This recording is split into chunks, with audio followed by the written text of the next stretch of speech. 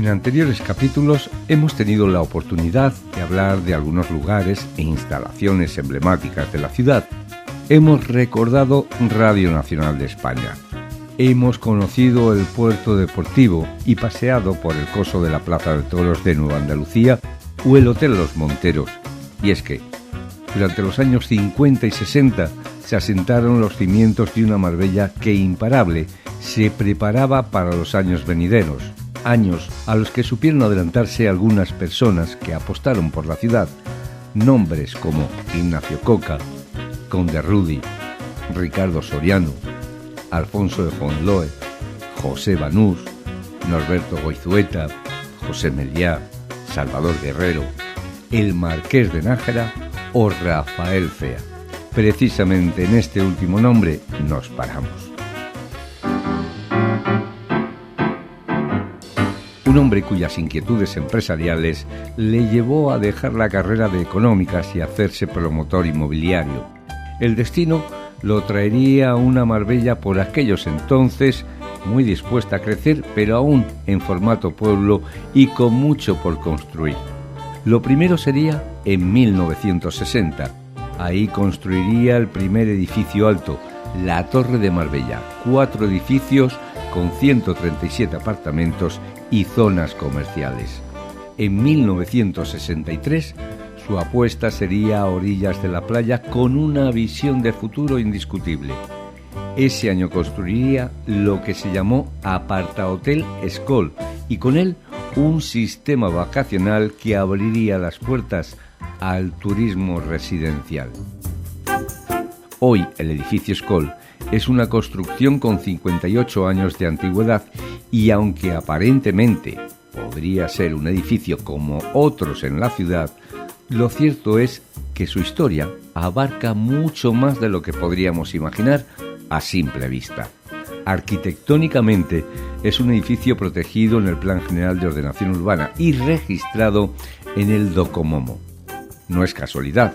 Para este proyecto, Rafael Cea, en búsqueda de algo diferente, de algo especial de cara al turismo, se apoyó en uno de los grandes arquitectos de la época, Manuel Jaén, quien junto a Bonet proyectó un edificio autosuficiente siguiendo la corriente vanguardista de otros puntos de Europa, inspirado en la unidad de habitación de Le Corbusier. No es posible que haya una obra de arquitectura sin un buen cliente que sabe lo que quiere. Y lo que quería era un espacio donde pudiera recoger este turismo que llegaba a la costa y quería alojarse de alguna manera especial. De todas las maneras, no siempre se dan estas circunstancias. Quizá el ambiente arquitectónico, la influencia sobre todo de la arquitectura francesa de Le Corbusier, que está aquí totalmente presente, tiene mucho que ver en esto. ¿Cómo planteaba Le Corbusier el edificio autosuficiente con sus famosas villas radiés y con sus cités? Pues este arquitecto, los dos, Jaén y Jáuregui, plantean recoger esa imagen, ese uso, ese edificio autosuficiente y lo colocan en un lugar pues privilegiado como era esta fontanilla, que en aquel momento realmente no había edificios en altura, al punto que el edificio da origen a esta avenida que en su momento fue principal y que hoy lamentablemente está tan deslucida, vamos a decir, ¿no? El intercalar esos estudios con esos dúplex de un dormitorio y generando distintos volúmenes, distintas necesidades de nuestros clientes. El que venía soltero a divertirse, pues tenía su estudio. Aquel que venía en familia podían disponer de esos dúplex. Yo creo que era visionar el futuro de la clientela que podía venir. No sería lo único que haría Jaén en nuestra ciudad. También estaría el edificio Valdecantos, el desarrollo de Puerto Banús, que no se llevó a cabo, pero es aquí donde Manuel Jaén comienza a trabajar en paralelo a sus trabajos con Bonet. Son años de expansión en toda la costa y aquí construiría el Cortijo Blanco en San Pedro de Alcántara. ¿Cómo se concibió el proyecto? ¿Qué lo llevó a ser pionero y determinante? Lo primero fue la alianza Cea-Jaén. Se creó un binomio en el que la arquitectura partía de las necesidades del momento y los servicios de la visión de futuro de un sector que se convertiría en el motor económico de la Costa del Sol. Yo creo que es la expresión del turismo en aquel momento, la expresión de la industria que había. Era una industria incipiente que necesitaba nuevas formas. Esta es una forma muy singular y valiosa, cómo se pudo organizar este edificio, que en realidad son 3, y cómo se expresaba ese turismo naciente en aquel momento con una manera nueva de organizarse, como fue esta idea del apart-hotel, ¿no? O sea que, siguiendo con la tradición de la arquitectura moderna en Marbella, se asoció un promotor con un buen arquitecto, con un programa novedoso, ¿no? Y eso así ha sido durante mucho tiempo. No olvidemos que el Escole es uno de los primeros edificios turísticos que ha habido, el primer hotel, de los primeros hoteles junto con el Fuerte que ha habido en Marbella, y que ellos visionaran ese tipo de cliente y la posibilidad de ampliar, yo creo que es una joya arquitectónica que ahí sigue manteniéndose, sigue dando servicios y sigue recogiendo turistas para ser felices en Marbella. Sobre la construcción, se habla mucho de los espacios conseguidos y de la innovación al plantear diferentes alturas, con apartamentos dúplex y sencillos, y con la particularidad de que todos tienen vistas al mar, así como la distribución de los 3 edificios arropando las zonas comunes. Claro, hay una combinación de plantas, con plantas dobles, con el juego de la escalera que va aprovechando estos espacios donde estamos ahora, es decir, la escalera como un lugar donde la gente se encontraba, un lugar común del edificio, en este concepto de apart-hotel, igual que había zonas comunes como el comedor, la zona de las piscinas. Pero lo importante es que en la configuración de los 3 edificios, el edificio A, B, C, que denomina así en el proyecto, lo que pretende es crear este primer espacio, este primer claustro, por así decirlo, protegido del viento, para generar el espacio piscina, el espacio estar, ¿no? Esta idea de ir cerrando el espacio luego se ha retomado en algunos proyectos, digamos, muy singulares de la ciudad. Por ejemplo, en Puente Romano pasa exactamente igual, ¿no? El arquitecto va colocando los edificios, creando estos jardines, protegiendo estos jardines para conseguir, pues, ese entorno que sea único. En cuanto a las diferentes alturas, buscando esta imagen de la arquitectura francesa de Le Corbusier, que ya había hecho algunos intentos de asociar a una costa un tipo de arquitectura, como pasa en la Costa Azul, bueno, pues se piensa que la idea del dúplex o la idea de introducir estas pequeñas variaciones en la composición, pues puede ayudar a hacer más atractivo esta imagen, ¿no? Este perfil. Una de las características ya mencionadas y que todo propietario de algún apartamento destaca es que todos tienen vistas al mar, y no se trata de una casualidad, sino de una causalidad. Se estudió el lugar y la composición de los edificios con sus dimensiones y alturas, así como su relación con el paseo y la ciudad. El sitio es estupendo, pero hay que fijarse un poco en la composición. De repente tenemos un edificio que es más alto, el otro es más bajo, es decir, la composición de los 3 y la relación con el propio paseo es lo que hace que esto sea singular. De repente hay un elemento, digamos, que señala esta avenida, que es la terminación de la avenida, y en cambio el resto nos indica un poco cómo podía haber sido la ciudad, ¿no? Edificios más bajos, constituyendo estos elementos cerrados, ¿no? Estos claustros.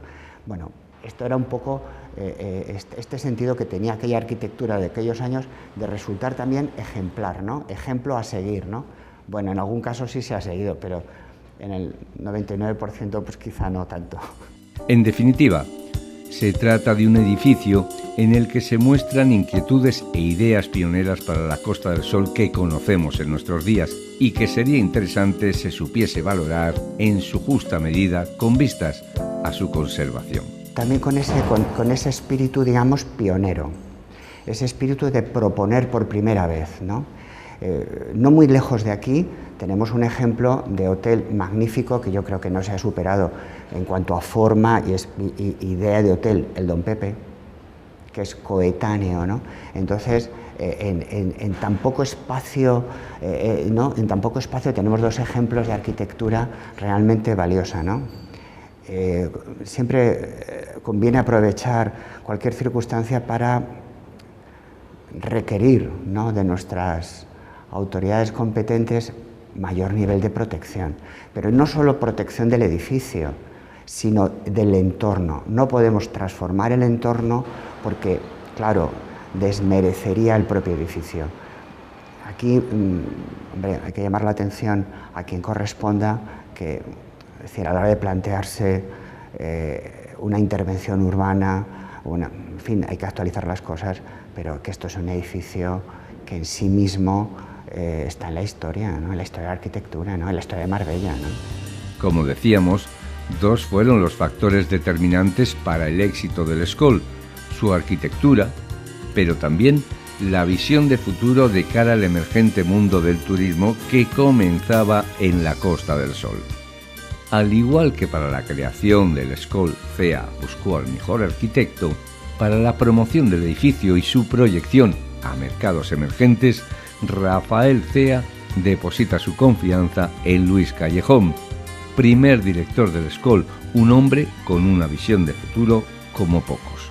Hizo promociones inéditas en aquel momento. La primera embajada de Marbella en el mundo flotante la creó él. Se iban empresarios en aviones a dar vueltas por toda Europa a vender Marbella.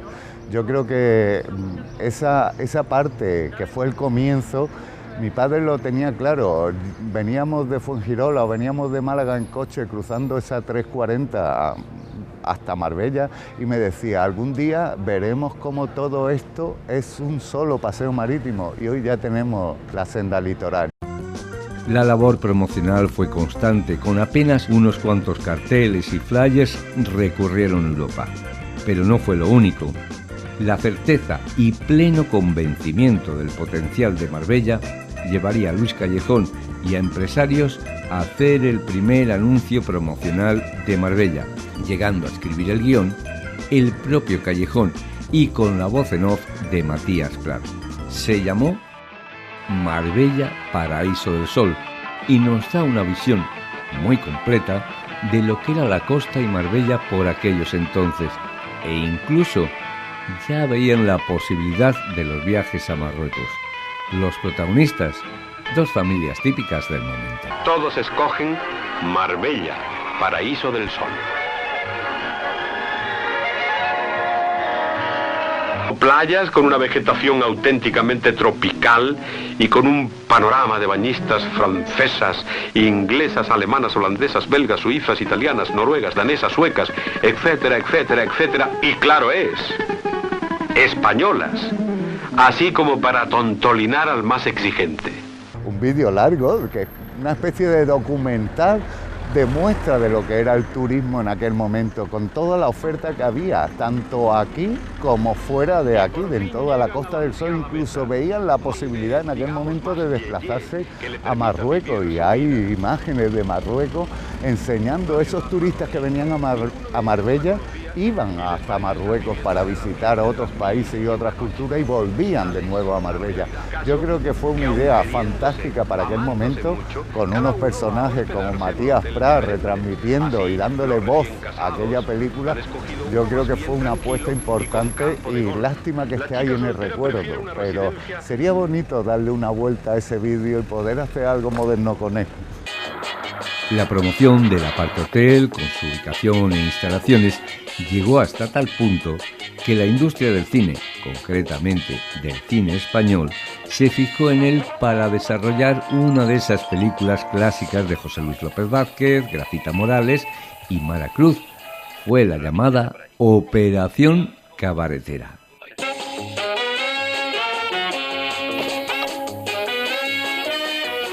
Lo primero que tenemos que hacer es llamar la atención.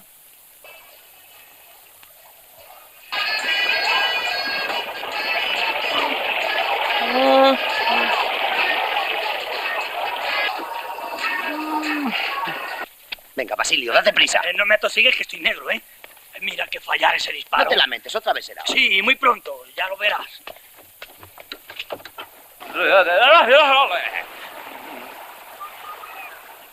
¿Me acepta, cucamona rubia?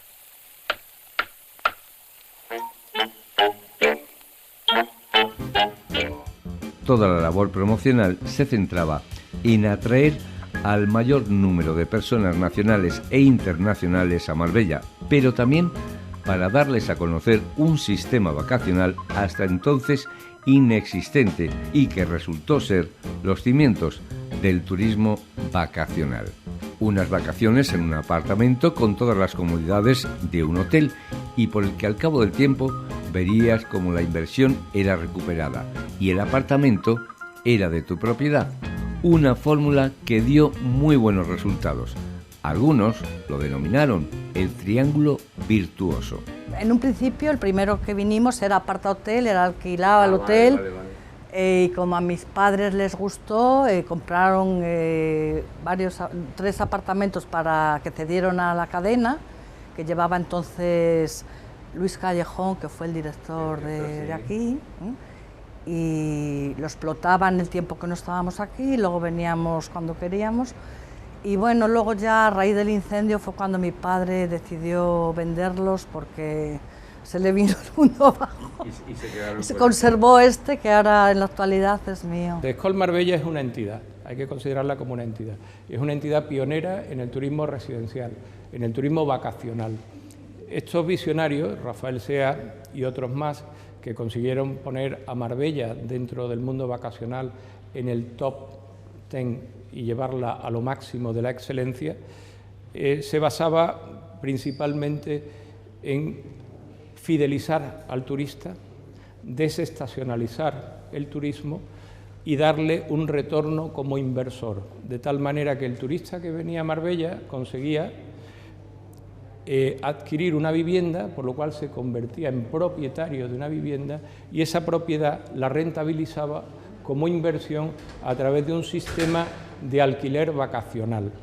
Ese triángulo, que es un triángulo virtuoso, que le llamamos nosotros, ha hecho que crezca la Costa del Sol como la conocemos ahora y Marbella se posicione dentro del mundo como una marca de calidad y referencia. Tan innovador que ha seguido manteniéndose incluso. Ya hoy en día menos, porque ya hay condiciones para que no desaparezcan como establecimientos alojativos, porque el problema que había en aquel momento es que se daban X años de garantía para pagar eso. Después, cuando acababa el pago, se les devolvía las llaves a los clientes y ya podían hacer lo que quisiesen, prácticamente.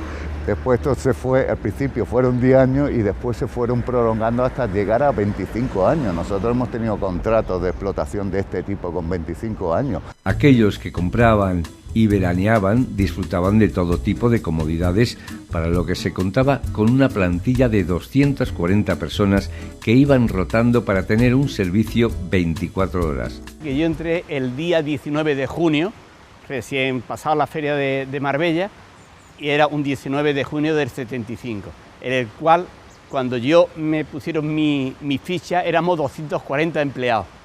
Entre los servicios e instalaciones estaba una peluquería que dirigía Pedro Cáritas, un peluquero de gran reconocimiento en Madrid de la cadena Cáritas, creada por las hermanas Rossi de París y que fue fichado por el propio Rafael Cea. La peluquería esta ya existía con los hermanos Blanco.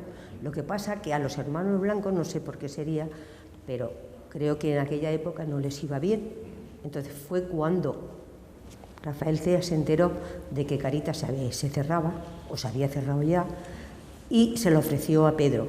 Y Pedro se pasó con todo el personal de Cáritas, o sea, desde esteticien, eran casi 16 personas trabajando en la peluquería. Este fichaje haría que el salón de peluquería fuese el predilecto de muchos de los famosos y famosas del momento a los que se trataba con sumo mimo. Era una de las normas de la casa. Trato exquisito a los visitantes. ¿Y qué más exquisito que una buena tortilla de patatas y un busó?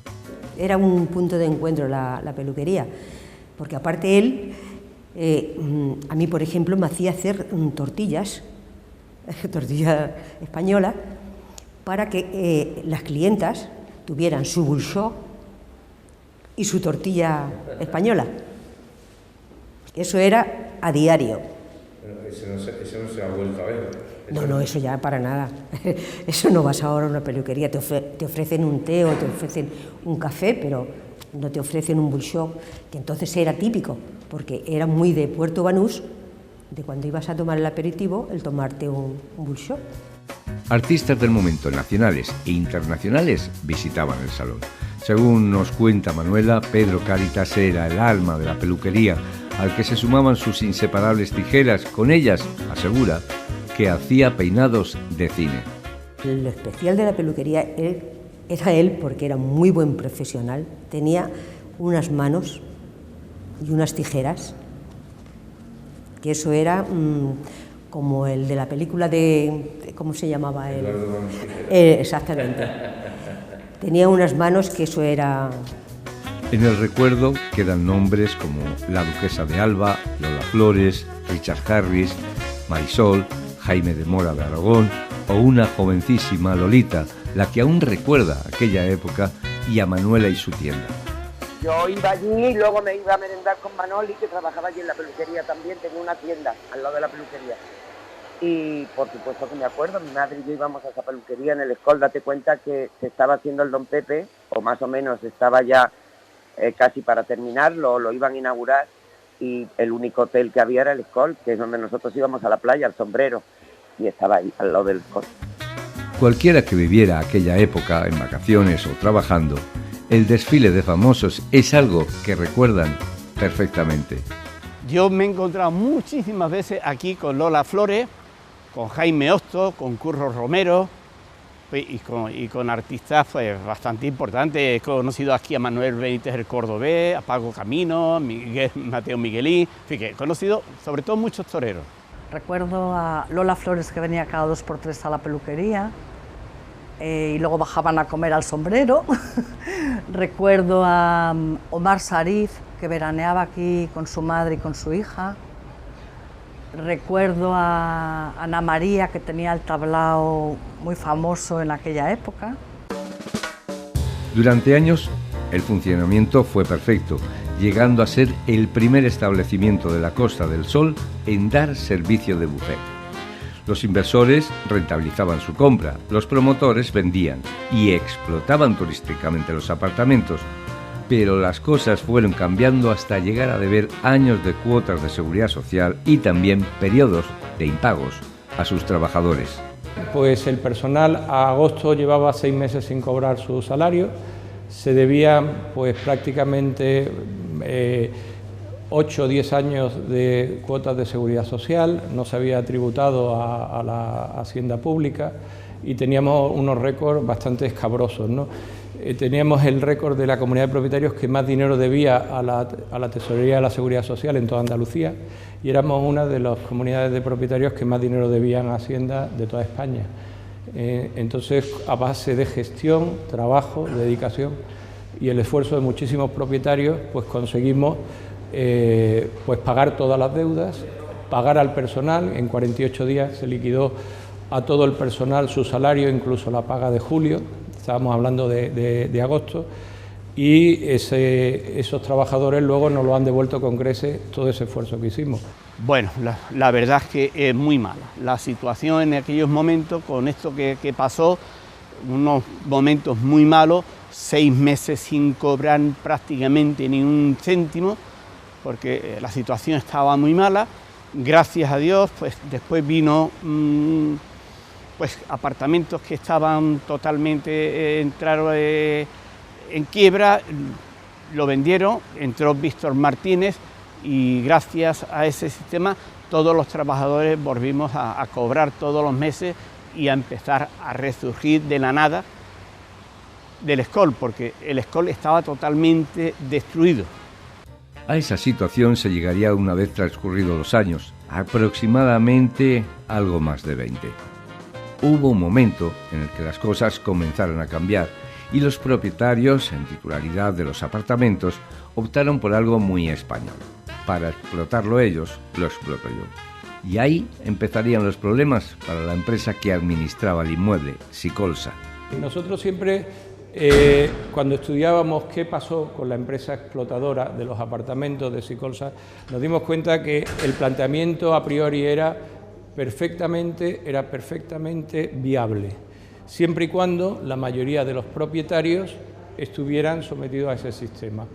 En el momento que ese sistema se queda vacío de propietarios y cada uno, por astucia personal, entiende que puede gestionarlo mejor que la empresa, su apartamento, arrendándolo, alquilándolo, etcétera, vacían de contenido lo que era realmente el sistema de explotación vacacional de los apartamentos. A partir de ahí, como no se cubren los mínimos gastos, entra en un declive económico importante la empresa Sicolsa hasta su quiebra. Tan innovador que ha seguido manteniéndose, incluso ya hoy en día menos, porque ya hay condiciones para que no desaparezcan como establecimientos alojativos, porque el problema que había en aquel momento es que se daban X años de garantía para pagar eso. Después, cuando acababa el pago, se les devolvía las llaves a los clientes y ya podían hacer lo que quisiesen, prácticamente. Después esto se fue, al principio fueron 10 años y después se fueron prolongando hasta llegar a 25 años. Nosotros hemos tenido contratos de explotación de este tipo con 25 años. ¿Qué pasa?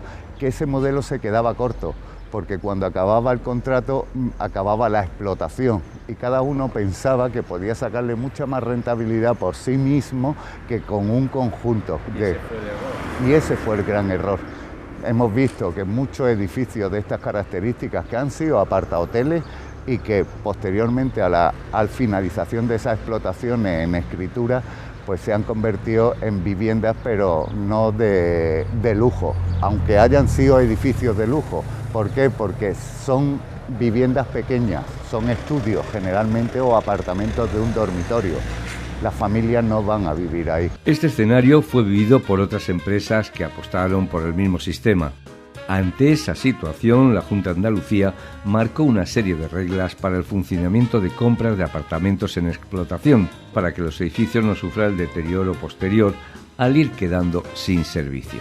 Creo que hoy en día ya hay otras técnicas donde se garantiza que eso sea de por vida. Es decir, yo estoy comprando un apartamento turístico, no estoy comprando una residencia, estoy comprando algo que me va a dar una rentabilidad en un segmento determinado, en este caso el alojativo.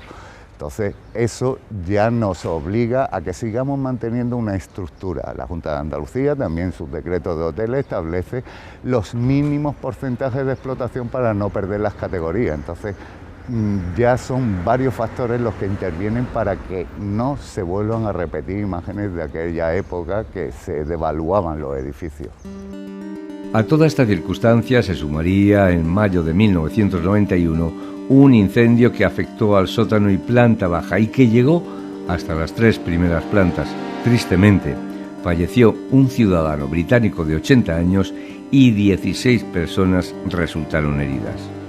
Que no eran ni las 6 de la mañana cuando me aporreaban la puerta, que era un señor que trabajaba aquí, que ya no está hoy en este mundo, Manolo Canto, vino a mi casa llorando, pegándome voces: Juan, el Escol se quema, el Escol se quema. Y cuando yo entré por esas puertas, que no me dejaban de entrar ni la policía ni los bomberos, y yo tuve que decir que era el jefe de mantenimiento, cuando yo entré me encontré todo lo que es la recepción y todo destruido. Fue algo de verdad que nunca jamás me se va a olvidar esos momentos, porque fue lo más amargo de mi vida.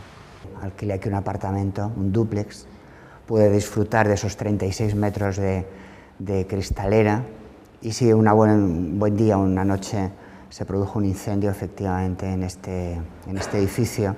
Creo que se originó en la zona baja donde estaban las cocinas. Bueno, pues yo creo que se quemaba hasta la 3ª planta.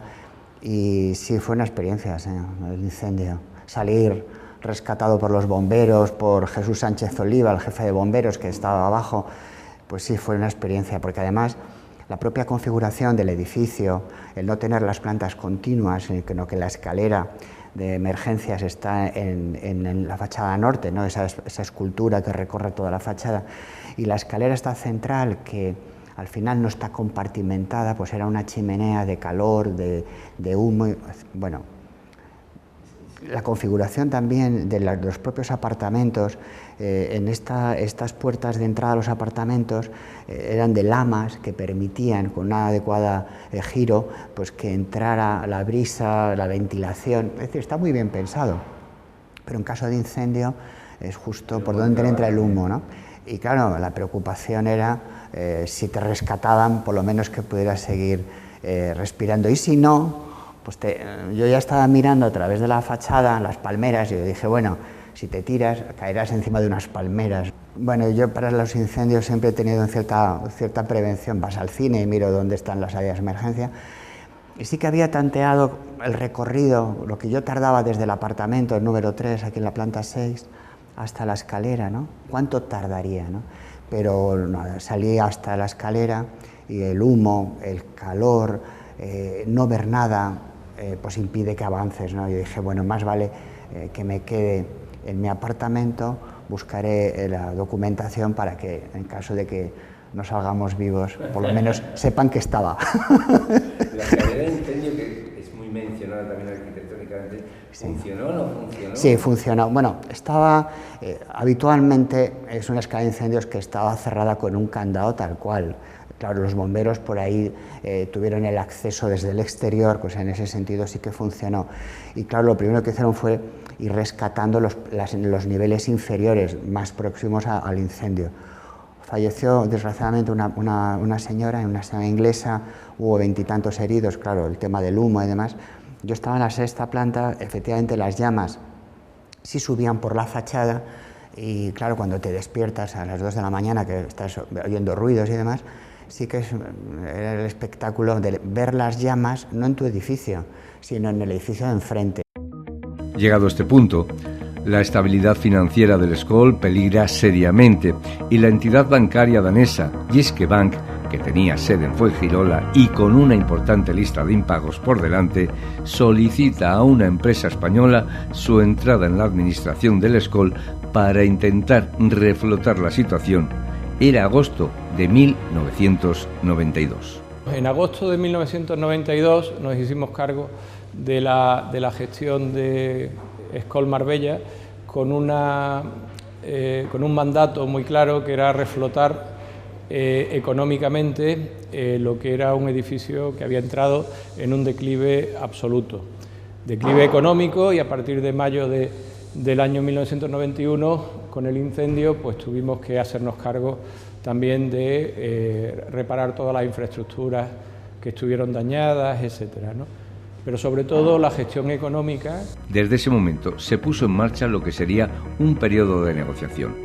Se negociarían deudas con diferentes proveedores e instituciones, y deudas entre los que estaban las nóminas del personal. Esto, junto a algunas ventas, reflotó el Skol, que desde entonces viene funcionando con normalidad.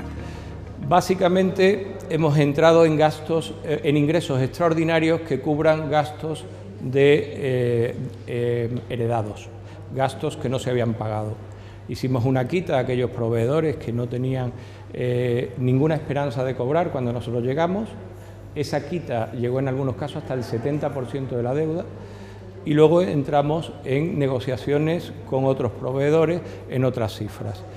Todos los proveedores cobraron, todos, el personal cobró, las entidades cobraron, y nosotros generamos una entrada de ingresos extraordinarios que a día de hoy la mantenemos. Aproximadamente a día de hoy tenemos ingresos que cubren parte importante del presupuesto de lo que es la comunidad de propietarios, y nos permite dotar a la comunidad de mayores servicios. Hemos dotado a la comunidad en los últimos años pues de una lavandería, ahora acabamos de instalar la electricidad, el sistema eléctrico fotovoltaico, que nos va a suponer un ahorro importantísimo, lo cual redundará en la creación de algún puesto de trabajo más. En la actualidad, aún quedan propietarios de aquellos años que siguen manteniendo sus apartamentos, bien como vivienda o para alquilar. Personas, como el caso de Belén Madruga, han venido al Skol desde niñas y lo recuerdan como un lugar especial. Les gustó el emplazamiento, el ambiente familiar que había, los salones para dejarnos por las noches allí a los niños de las familias jugando mientras ellos iban a cenar.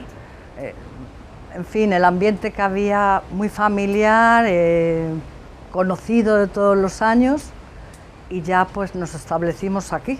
Hoy en día, el servicio de apartahotel sigue presente en el Escol. Sigue habiendo personas que compran y rentan el apartamento. Para este fin, venta y alquileres vacacionales, está la empresa Marbella Escol. Nos dedicamos a todo lo que es el alquiler vacacional. Estamos especializados con un número importante de viviendas aquí en el edificio Escol y nos encargamos tanto de gestionar para el propietario su vivienda para que tenga rentabilidad y a los clientes para que puedan venir a disfrutar con nosotros de todo este paisaje y de nuestra ciudad. Con 40 apartamentos en explotación en el Escol, la empresa ofrece los mismos servicios que un hotel, manteniendo prácticamente el concepto inicial con el que se creó el apartahotel. Las fórmulas son alquiler de apartamento habitual o vacacional. Concretamente son o alquileres, apartamentos turísticos que tenemos en el Escol o el alquiler vacacional. En el fondo es prácticamente lo mismo, pero sí, intentamos dar todo un servicio integral al cliente. Desde que llega al aeropuerto de Málaga puede coger un transfer con nosotros, llega a su apartamento, tiene un servicio de un welcome package que le ponemos agua, un poco de unas patatitas, unas Coca-Colas, para que no sea tan frío llegar y que no puedan tomarse algo.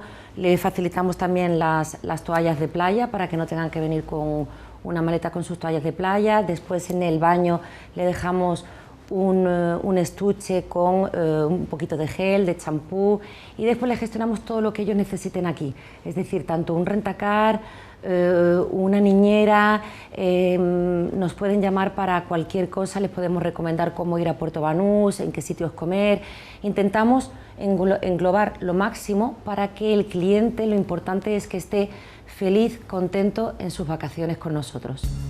Y esta es la historia de un edificio que ha visto crecer la Costa del Sol y Marbella desde el paseo marítimo hasta el puerto deportivo, que vivió sus años dorados, pero sobre todo que es un legado arquitectónico y turístico que nos recuerda cómo veían el futuro de Marbella empresarios como Rafael Cea. Por ejemplo, en la Costa Azul hay 3 o 4 enclaves importantes modernos, cómo se han organizado, y en sí mismo es una ruta turística.